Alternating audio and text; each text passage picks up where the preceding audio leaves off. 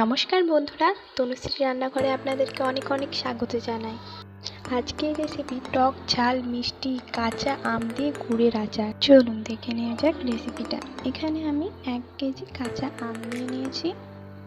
আমগুলোকে ঠিক এইরকমভাবে আমি কেটে নিয়েছি। আপনারা আপনাদের মতোভাবে কেটে নিতে পারেন। আমগুলোতে সামান্য হলুদ দিয়ে আমি 4 ঘন্টা মতো রোদে দিয়ে দিয়েছিলাম।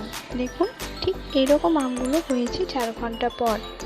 এবারে ভাজা মশলার জন্য এখানে আমি 3টে শুকনো লঙ্কা নিয়ে নিয়েছি, 2 চামচ জিরা নিয়ে নিয়েছি, 1 চামচ ধনে নিয়ে নিয়েছি আর হাফ চামচ মৌরি নিয়ে নিয়েছি। প্রথমে কড়াইয়ে শুকনো লঙ্কাগুলো দিয়ে কিছুক্ষণ নেড়ে চেড়ে নেব।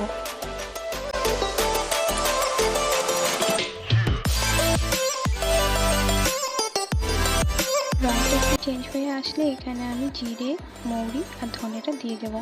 এগুলোকে একটু নেড়ে চেড়ে ভালো করে লাল লাল করে ভেজে নিতে হবে। রঙটা একটু চেঞ্জ হয়ে আসলে এখানে আমি কিছুটা লবণ দিয়ে দেবো। লবণ দেওয়াতে এটা হয় যে আপনারা যদি ভাজা মশলাটা সারা বছর স্টোর করে রাখতে চান তাও খুব সুন্দর রইবে আর এর সুগন্ধটাও রইবে। দেখুন কথা বলতে বলতে ভাজা মশলাটা হয়ে গেছে, এগুলোকে এবারে তুলে নেব। আচারটার জন্য আমি কড়াইয়ে সরষের তেল দিয়ে দিচ্ছি।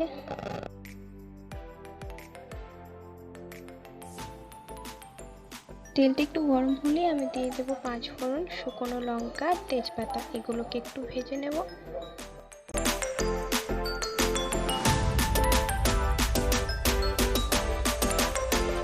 এখন আমি আমগুলো দিয়ে দিচ্ছি।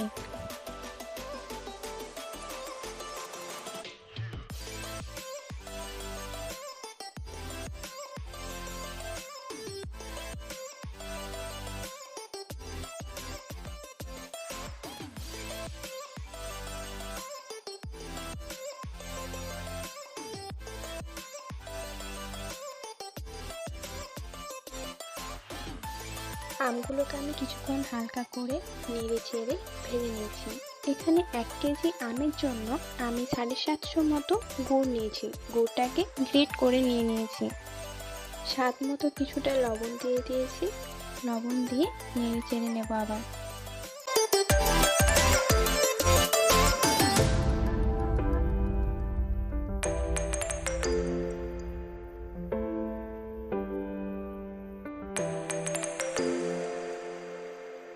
দেখুন আমটা নাড়াচাড়া করতে করতে কিছুটা নেতিয়ে গেছে। এখন আমি গুড়টা দিয়ে দেব।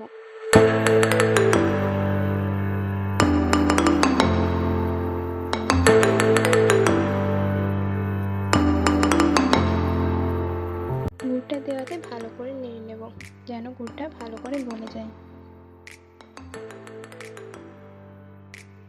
গুড়টা ভালো করে গলে গেছে, এগুলোকে আমি কিছুক্ষণ ফুটতে দিয়ে দেবো।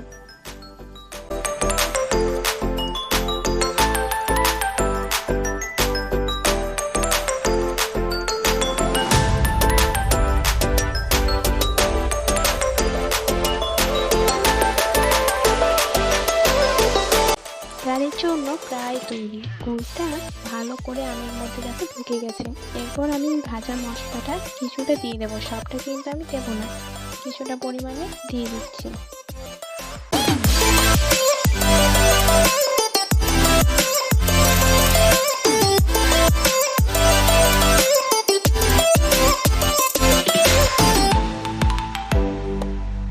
ভাজা মশলাটা ভালো করে নেড়ে চেড়ে আর একটু কিছুক্ষণ নেব।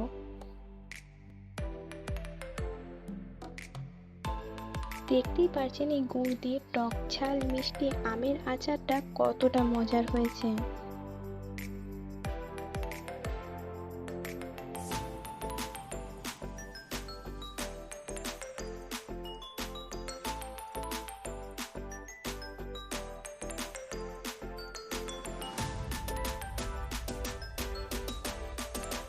তৈরি হয়ে গেল টক ঝাল মিষ্টি খুবই সুস্বাদু একটা মুখরোচক কাঁচা আমের আচার।